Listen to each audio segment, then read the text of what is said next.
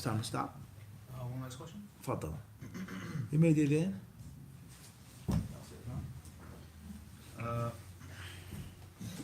alaikum Mufti. Initials AR from Tottenham, London, UK. Is it correct to call Islam, Christianity, and Judaism Abrahamic faith? So here, question from Tottenham, UK. Is it permissible to call Islam, Judaism, Christianity Abrahamic faiths? We say, what do you mean by the term of the word Abrahamic faiths? Do you mean that Christianity was the way of Ibrahim? I don't think there's any Muslim who would ever say that, let alone a talib al ilm. Do you mean that Judaism is the way of Ibrahim?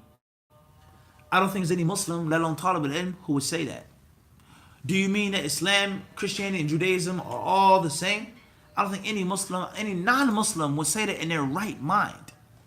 Or do you mean all three of these religions tantasibu ila Ibrahim wa ila ilah Ibrahim? All three religions attribute themselves and their followers to Abraham, the father of monotheism.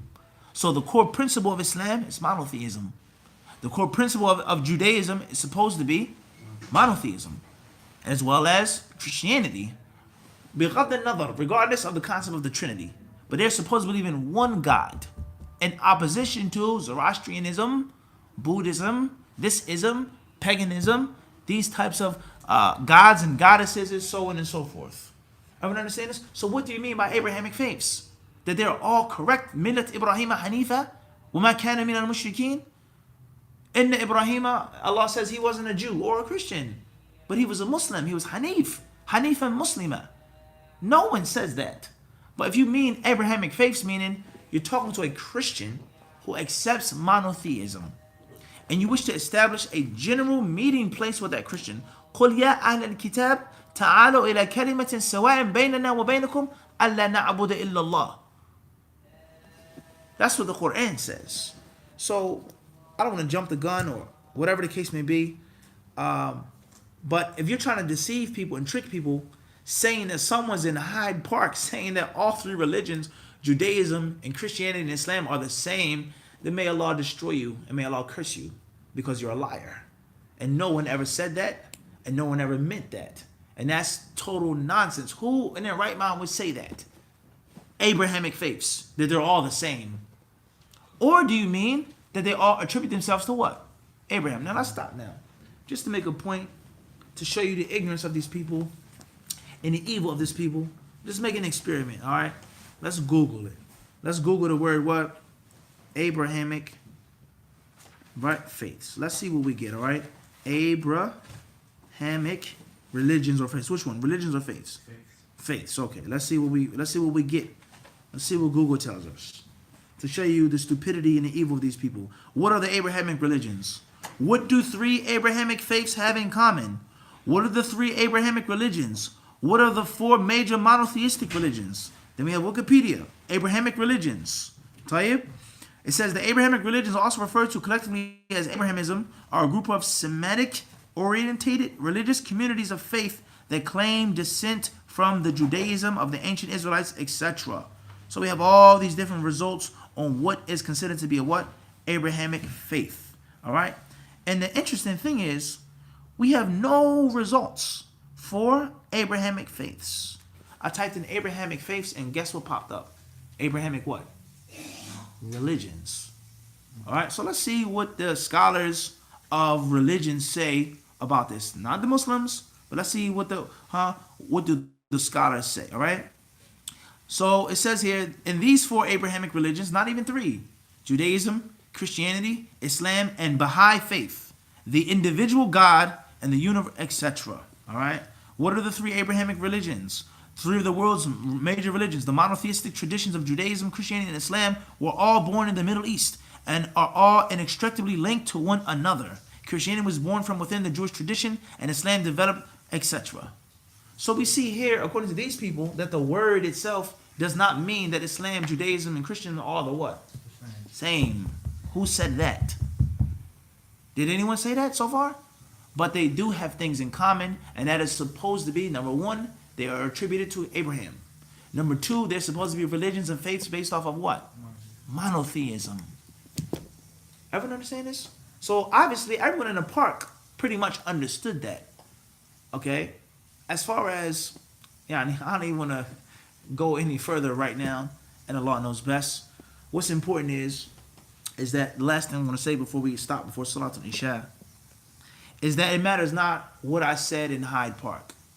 Whether I said Abrahamic faiths, Abrahamic religions, Tawheed, no matter what I would do, if you are not in their group, إِذَا لَمْ تَكُنْ فِي زَمْرَتِهِمْ هُمْ, then there is no hasana that you can do.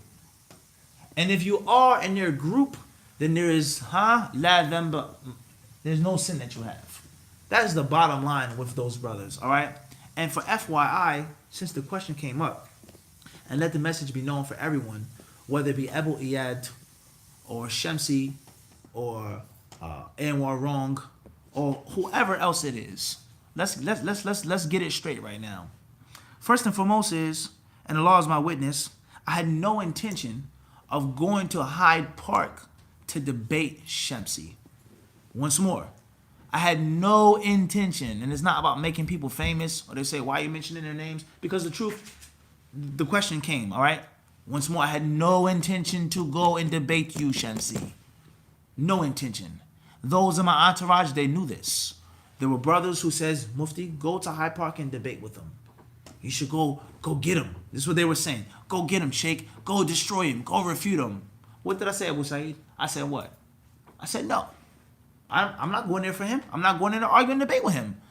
Are you scared of him, Mufti? Oh no, you should get him. You should make. I said no, I'm not going to debate with him. Certain people from our entourage, they took it upon themselves to go and approach Brother Shamsi. Show me where the war stopped in this book. The murder doesn't stop. The murder doesn't stop. Where Jesus came and said, no eye for an eye, no tooth for a tooth. Muhammad is a murderer. He's a warlord. I want you to show me where the murders in this book stop. Where does Allah say don't do that anymore? What he will do when Show he me. come back. Show me. What he will do when Show he me. come back. Show me. What he will do You when can't he come answer. Show me. Huh? And say, won't you give salams to Mufti? Was I there? Do you see me in the video, Abdul Raqib? I didn't tell him to go and approach him. I didn't go and try to give Shamsi the salams. I have no personal relationship with him. I never knew him. I have no wish to know him. And I have no personal beef with him. Religious issues, who's with? We're not getting into that. I have no personal connection to this man called what? Shamsi. I did not approach him, and I had no desire to give him the salams. All right? What he said when he was requested to give the salams, I'm not giving him salams until he makes tawbah. We sit with the scholars and not the children. That's fine. It has nothing to do with me. I was standing in the park. I saw the crowd coming, and I'm going to say the truth. And Allah is our witness. He looked my way. He immediately locked his eyes, and he turned away. And I never saw a person's face as pale and terrified and petrified than Shamsi's face that day. He looked like he saw a ghost, literally. And as Ali Dawah said, he made an extremely what? Sharp left turn. And those in the park, they witnessed that. So that's first and foremost. For Shamsi or for anyone else. I had nothing to do with him. I did not want to debate with him. If he wanted to debate with me or whatever, I'm not going to run from it.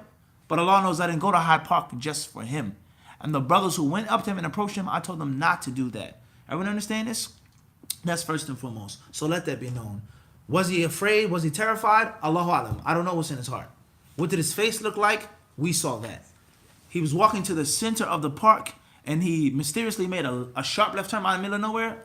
That's between him and his Lord. I have nothing to do with it, and it doesn't concern me. All right?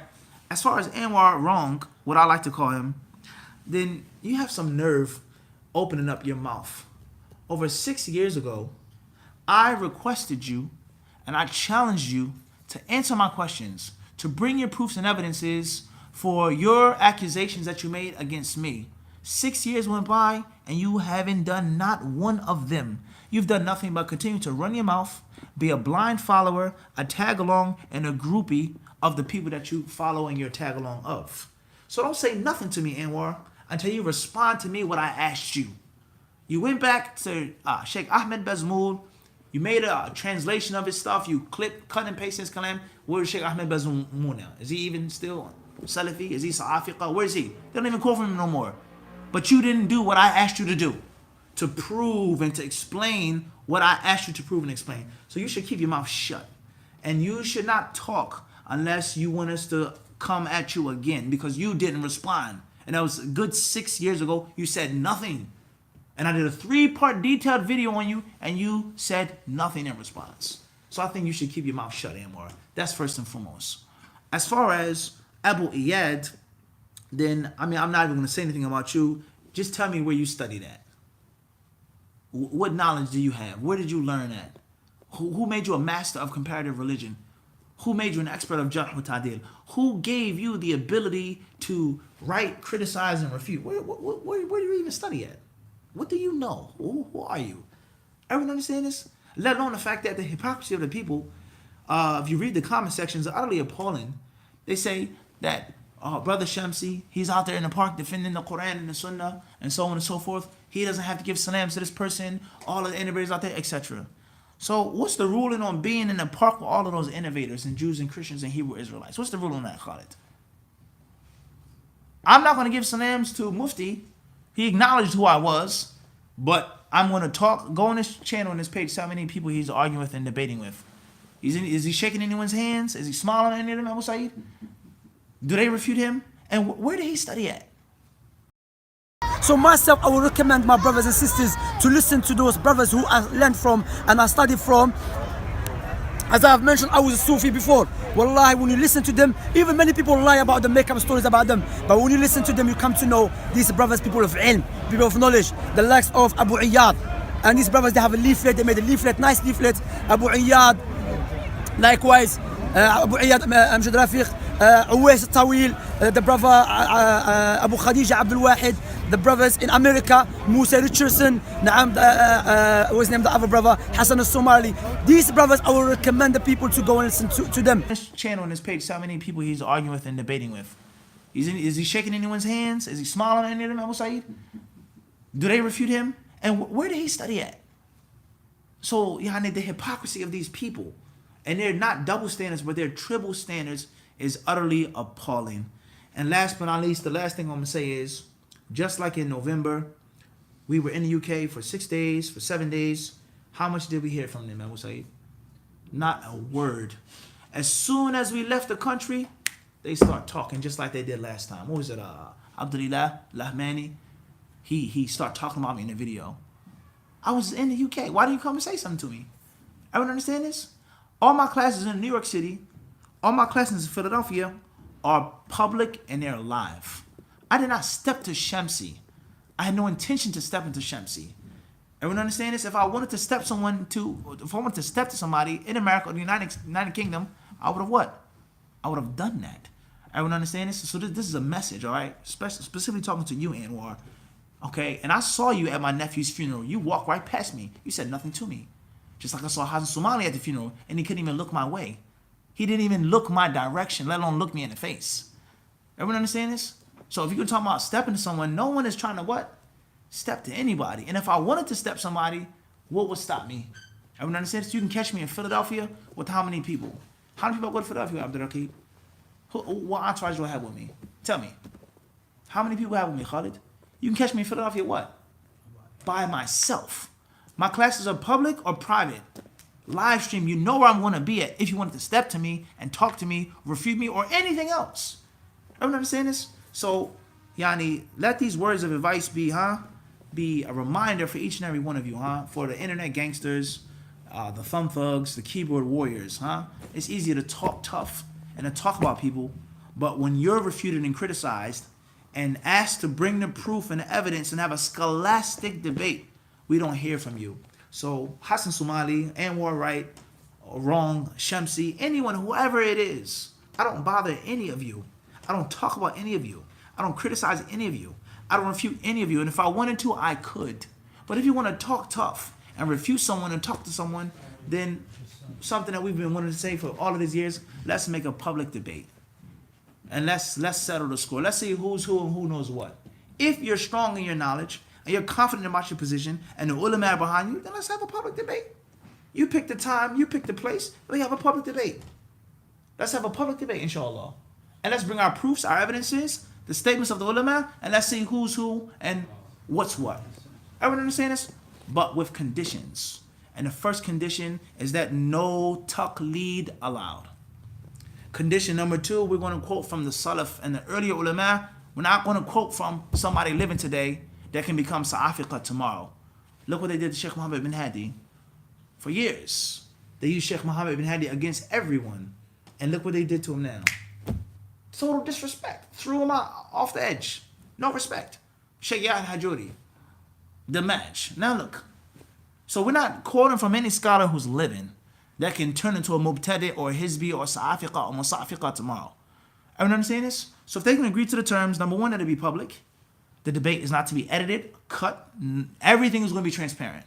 3, no taqleed allowed. 4, don't change the subject. If I'm talking to Musa Richardson, why is Abu Iyad refuting me? If I refute Anwar, why is Abu Iyad responding for Anwar? If I'm in the park with Shamsi, why is Abu Iyad writing about it?